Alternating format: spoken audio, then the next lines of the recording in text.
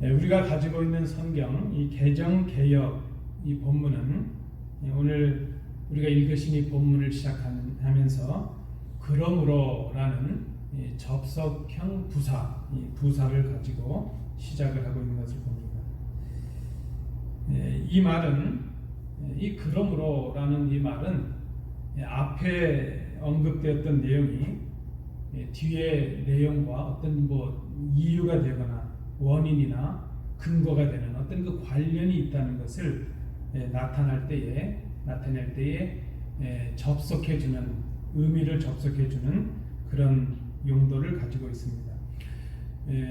이것은 지금까지 말씀해왔던 로마서 1장부터 4장까지의 모든 내용의 어떤 결과가 오늘 본문에 이어진다 하는 것을 의미하고 있습니다. 그리고 그 내용을 본문 1절은 이렇게 요약을 하고 있습니다.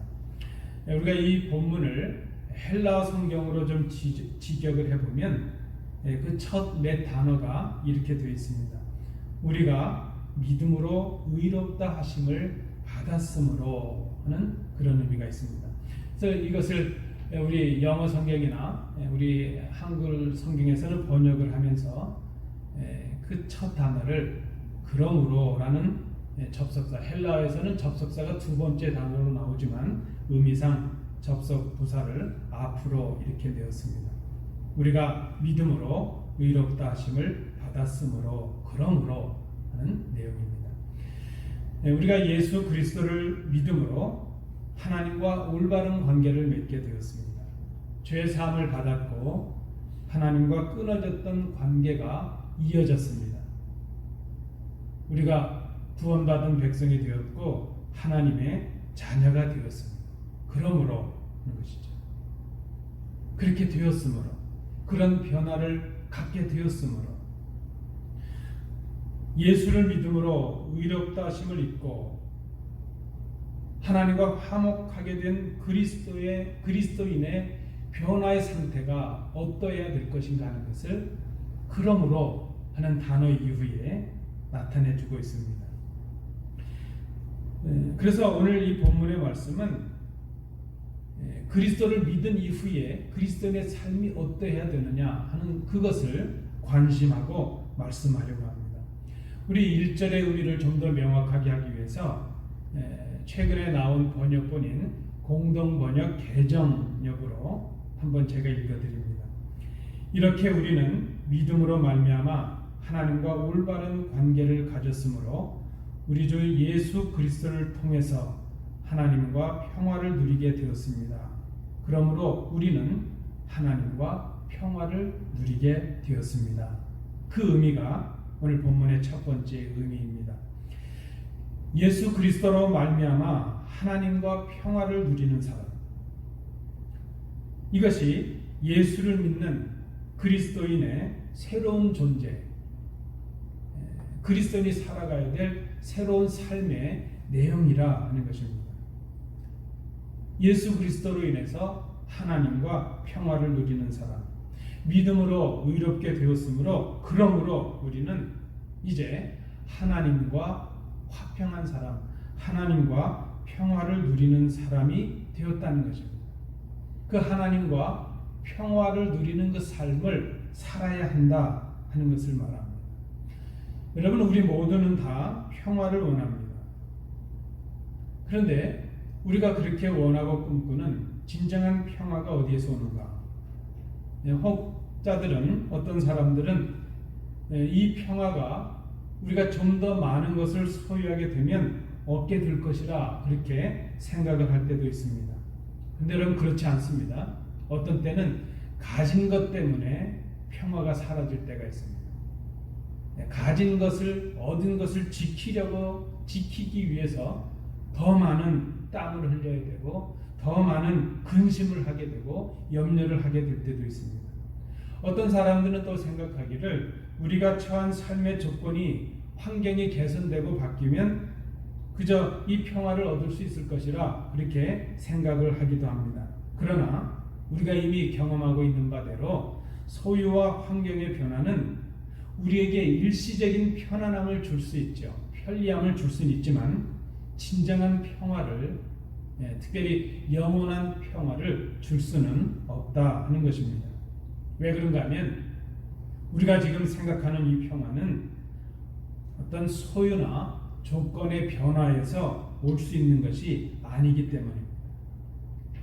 우리가 얻을 수 있는 것, 노력해서 얻을 수 있는 것, 우리가 노력해서 바꿀 수 있는 것, 거기에서 진정한 평화를 얻을 수 없다는 이 말은, 진정한 평화라고 하는 것은 인간의 노력으로, 인간의 능력으로 얻을 수 없다는 것을 의미하는 말이기도 합니다. 오늘 우리가 생각하는 이 평화, 하나님과의 화평, 화목함, 이 화해의 토대, 이 화해의 근거는 오늘 본문 1절에 보면 의로움에 있습니다. 의로움, 하나님과 의롭게 된다는 것. 이 의로움을 성경적인 의미로 해석을 하면 하나님과 올바른 관계를 맺는 것을 말합니다.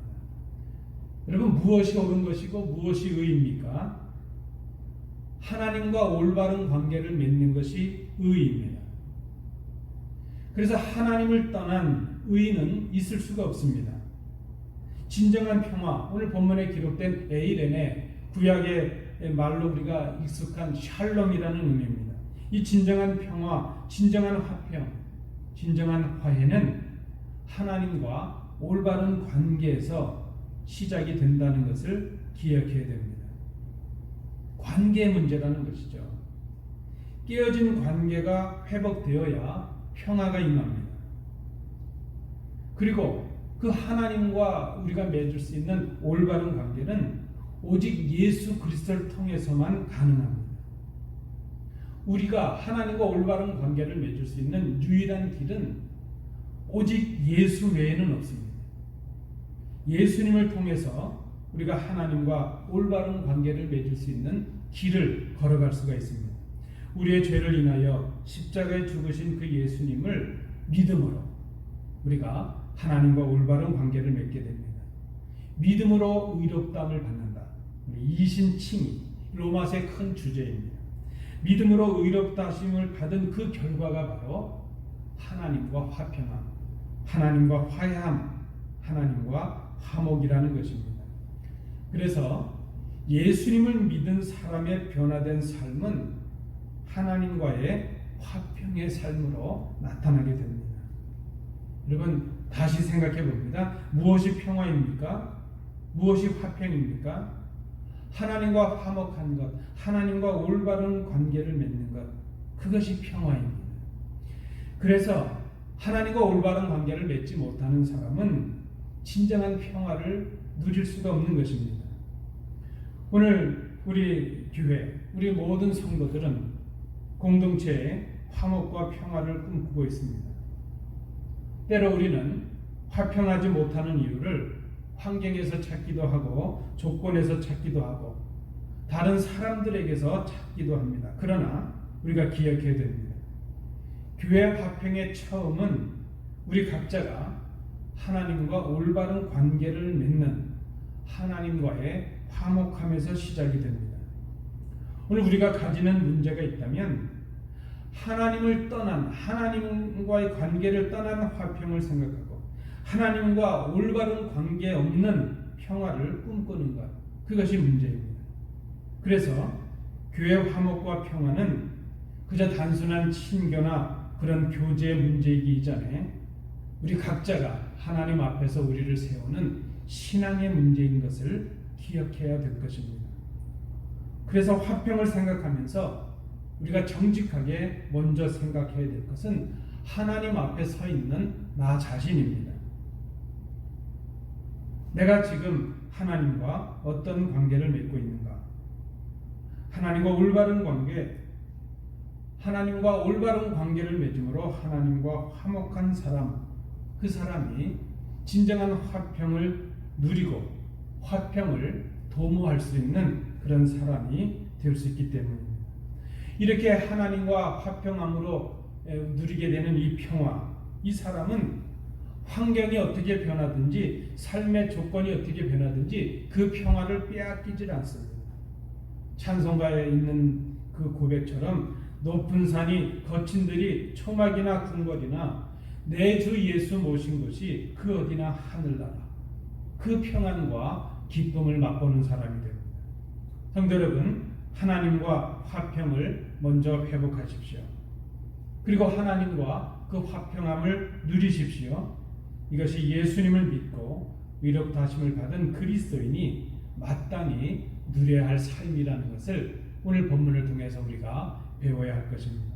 오늘 본문을 보면 그러면 하나님과 더불어 이 화평을 누리는 삶이 구체적으로 어떤 삶인가 하는 것을 우리에게 말씀해 줍니다. 저는 오늘 본문을 통해서 이 세 가지를 찾아보았습니다. 첫 번째,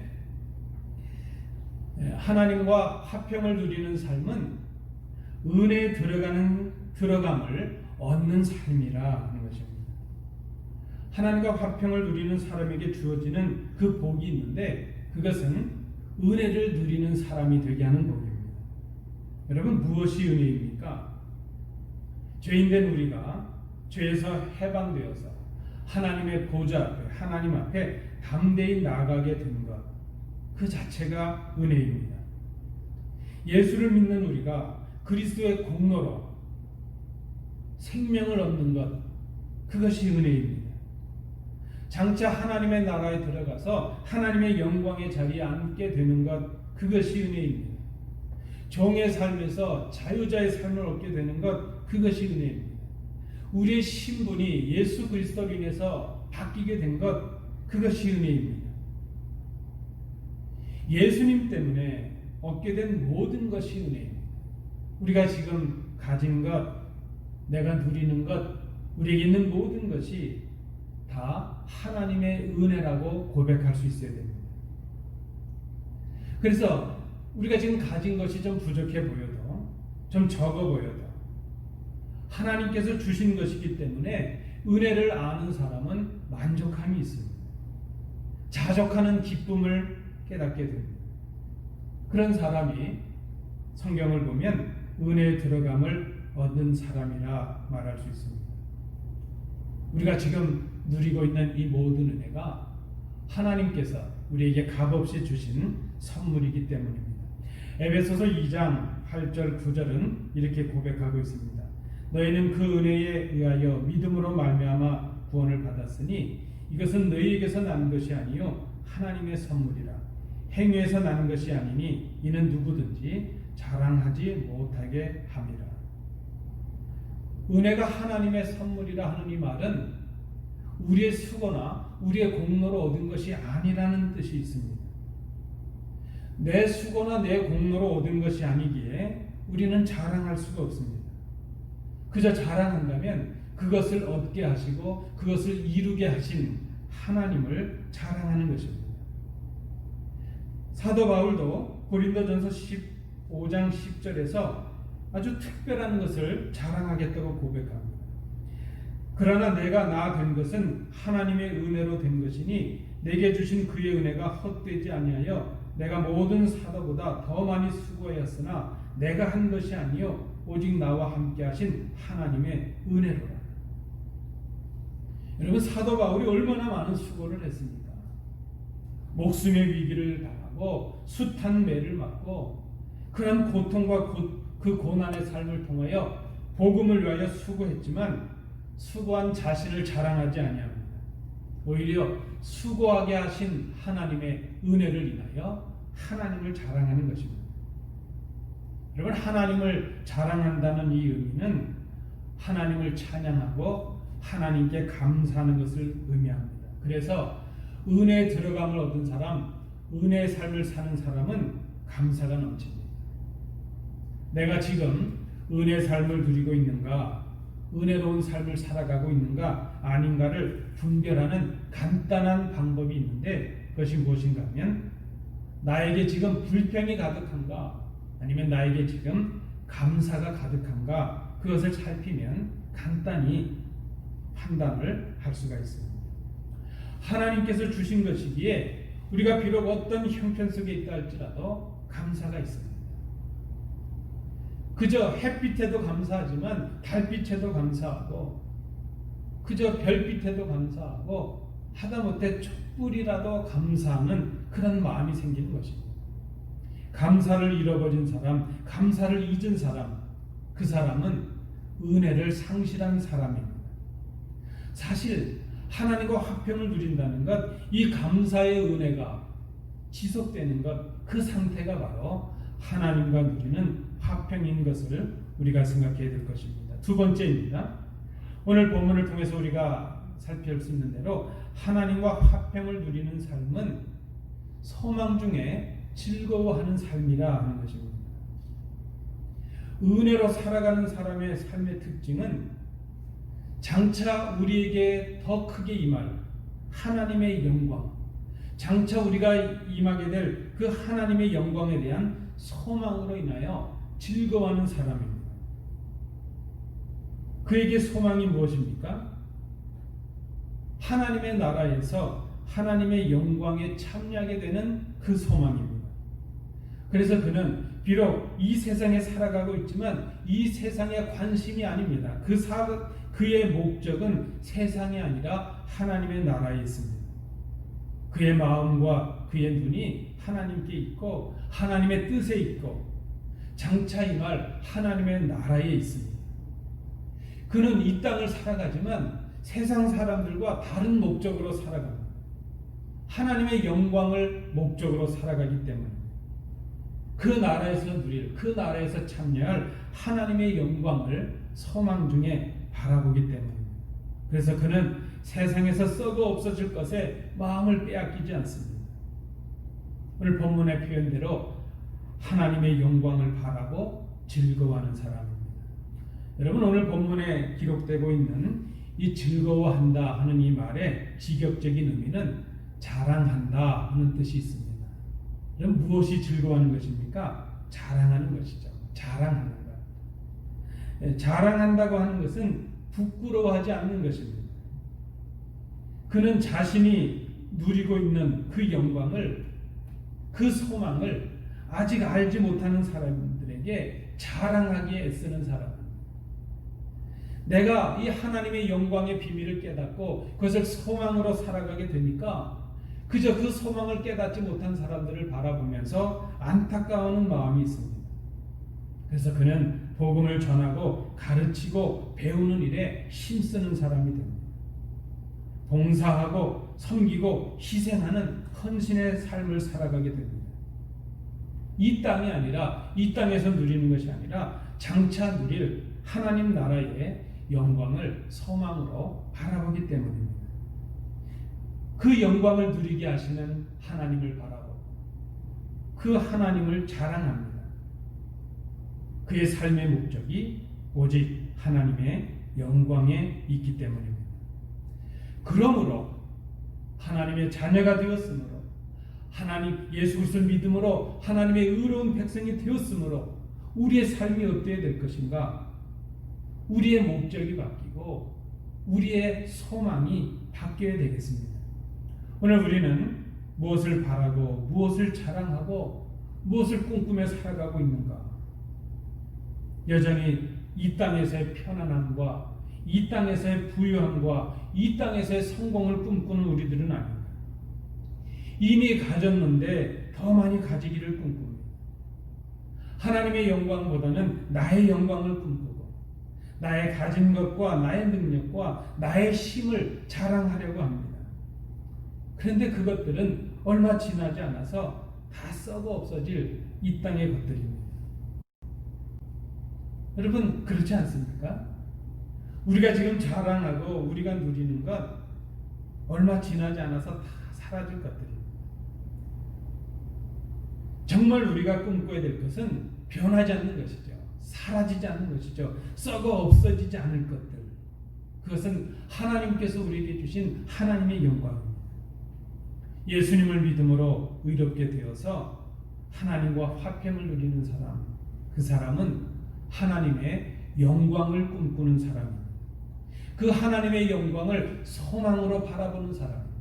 그 소망으로 인하여 하나님을 자랑하고 믿음을 자랑하고 복음을 자랑하는 그런 사람이, 그런 삶을 살아가게 되는 것이죠. 여러분, 우리가 오늘 본문을 통해서 우리의 삶을 다시 한번 정직하게 돌아볼 수 있기를 원합니다. 마지막 세 번째입니다. 오늘 본문을 통해서 또 발견하는 대로 하나님과 화평을 누리는 삶은 환난 중에도 즐거워하는 삶이라 하는 것입니다. 하나님과 화평을 누리는 사람은 환난 중에도 즐거워한다. 여러분, 같은 의미 단어가 쓰였는데 환난을 즐거워한다는 것은 환난을 자랑한다 하는 뜻이 있습니다. 여러분, 이것은 사실 좀 역설적인 표현이고 역설적인 자랑입니다. 대개 사람들은 환난 당하는 것을 부끄러워합니다. 숨기려고 합니다. 그런데 오늘 본문은 하나님과 화평을 누리는 사람은, 그리스도인은 오히려 환난을 자랑한다, 그렇게 말씀을 하고 있습니다. 이 환난이라는 단어는 우리가 살아가면서 당하는 육체적이고 심적인 고통과 어려움을 말합니다. 여러분, 우리 믿는 우리들에게도 물론 영광도 있지만 감격도 있지만 환난을 당할 때가 있지 않습니까? 예수 믿으면 늘 평안하다, 그건 아니지 않습니까? 근심하지 말라 말씀하시는 이유는 우리의 삶 자체에, 우리의 실존 자체에 근심할 거리들이 있다는 전제를 하고 있는 말씀입니다. 믿는 우리에게 영광의 감격도 있지만 환난의 고통이 있습니다. 이 땅을 살아가는 동안 우리는 끝없는 고난과 역경과 싸울 수밖에 없습니다. 다양한 여러 가지 고난이 우리에게 다가옵니다. 그런데 오늘 본문은 성숙한 그리스도인은 영광을 자랑하기도 하지만 환난도 자랑하는 사람이라 말하고 있습니다. 야고보서 1장 2절에서 야고보 사도가 이렇게 말씀합니다. 내 형제들아, 너희가 여러 가지 시험을 당하거든 온전히 기쁘게 여기라. 베드로전서 4장 12절 이하에서 베드로 사도도 고백합니다. 사랑하는 자들아, 너희를 연단하려고 오는 불시험을 이상한 일 당하는 것 같이 이상히 여기지 말고 오히려 너희가 그리스도의 고난에 참여하는 것으로 즐거워하라. 여러분, 어떻게 우리가 고난 중에 즐거워할 수 있습니까? 우리가 당하는 고난과 환난을 자랑할 수가 있겠습니까?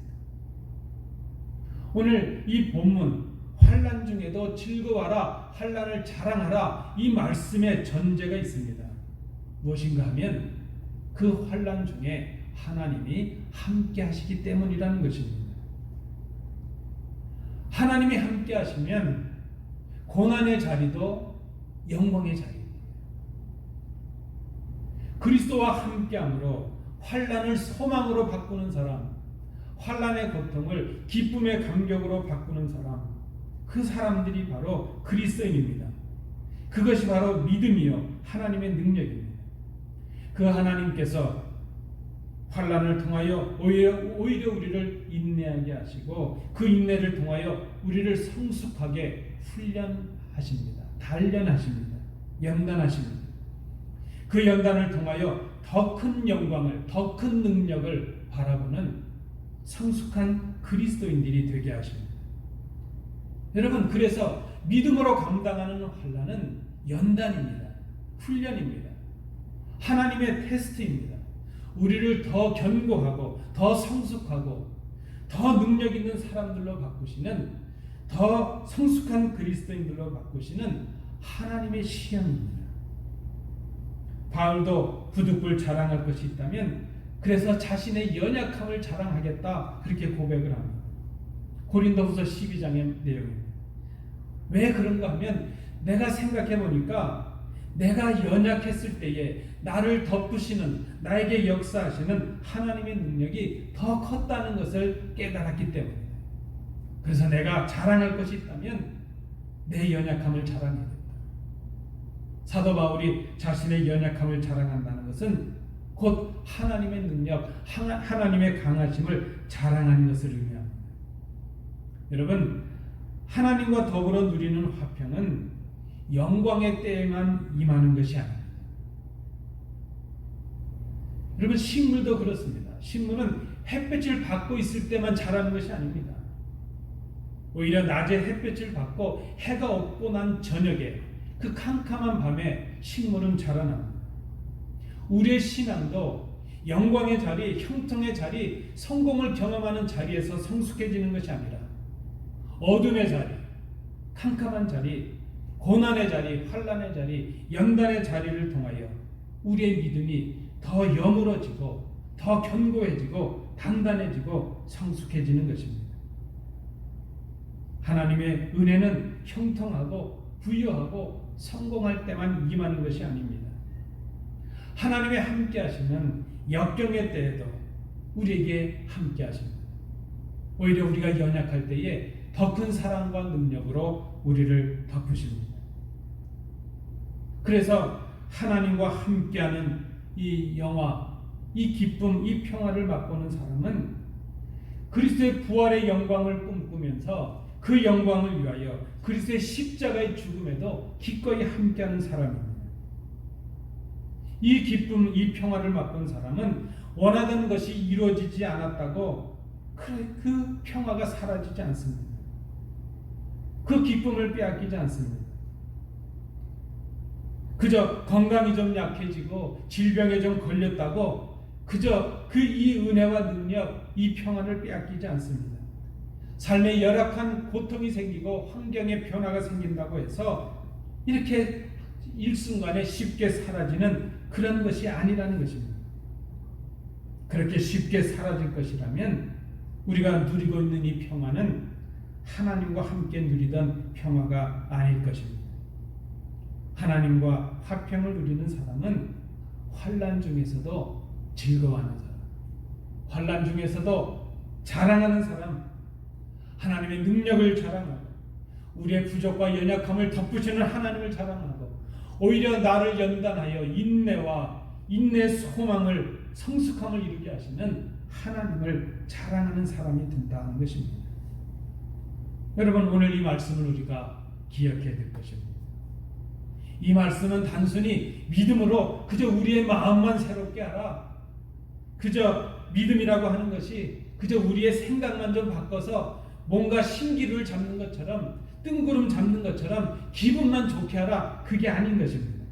우리의 실존의 삶 속에서, 우리의 연약함 속에서, 고통의 자리에서, 삶의 환난 가운데서 우리의 그 환난을 소망으로 바꾸시는 주의 능력을 경험하기, 그 주님의 능력으로 인하여 즐거워하고 자랑하는 사람이 된다는 것입니다.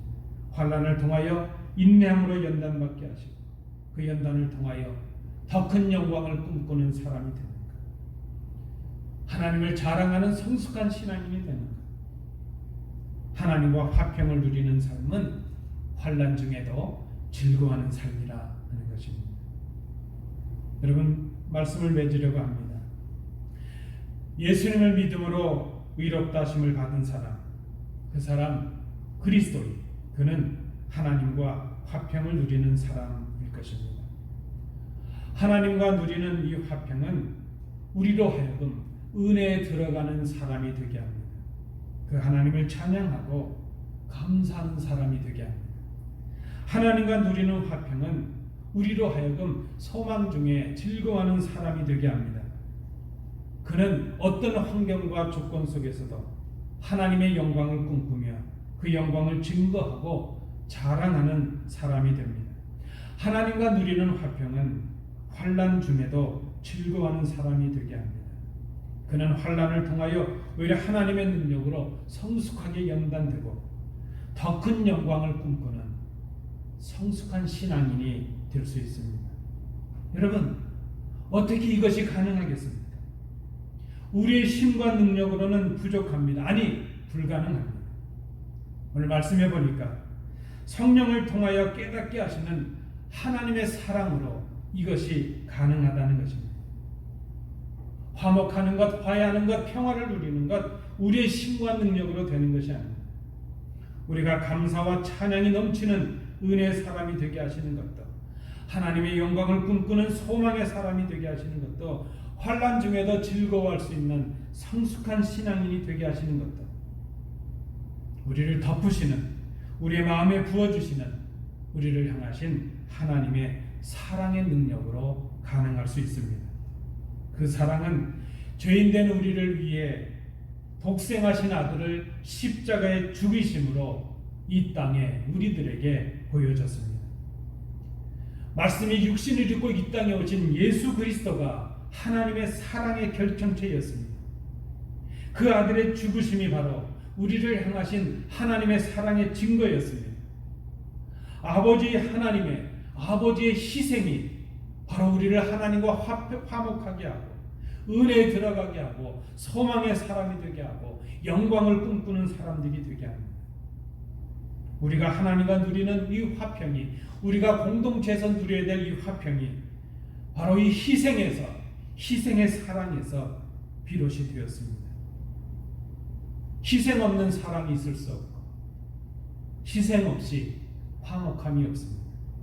희생 없이 평화가 없습니다. 나의 죽어짐 없이 열매가 있을 수 없습니다. 이 말씀을 우리가 은혜로 받습니다. 그러므로 우리는 무엇을 해야 할 것인가?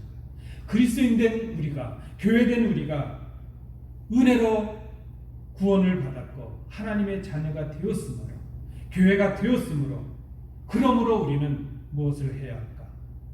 그러므로 우리는 오늘 이 질문 앞에 정직하게 응답하시는 우리 복된 성도들 되시기 바랍니다. 기도하겠습니다.